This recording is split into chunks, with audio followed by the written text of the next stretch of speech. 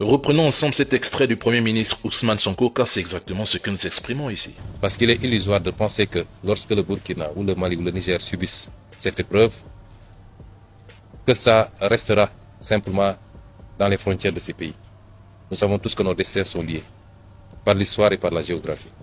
Et qu'aucun de nos pays ne peut être épargné par cette gangrène si elle continue à s'épancher à travers l'Afrique de l'Ouest.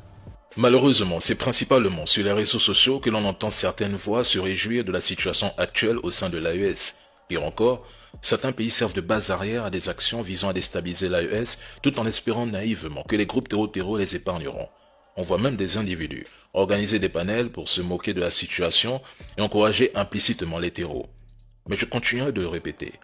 Si le Mali, le Burkina Faso et le Niger sombrent dans un chaos comparable à celui qui a ravagé la Libye, cela provoquerait une instabilité généralisée en Afrique de l'Ouest, menaçant la stabilité de la CEDEAO.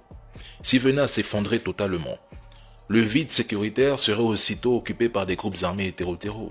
Les pays côtiers comme le Bénin, le Togo, la Côte d'Ivoire, le Ghana, le Sénégal ou même le Nigeria seraient directement exposés à une montée des violences. Sans État fonctionnel dans le Sahel et sans réelle coopération régionale, les frontières deviendraient impossibles à sécuriser.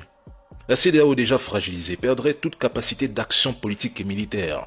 Une telle crise accentuerait les divisions internes. Alors, oui, continuez de haïr les dirigeants du Mali et du Burkina et du Niger.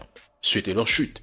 Mais sachez que ceux qui adoptent cette posture vivent bien en Europe ou aux États-Unis, loin de la réalité africaine. Et lorsque le pire arrivera, vous ne les entendrez plus.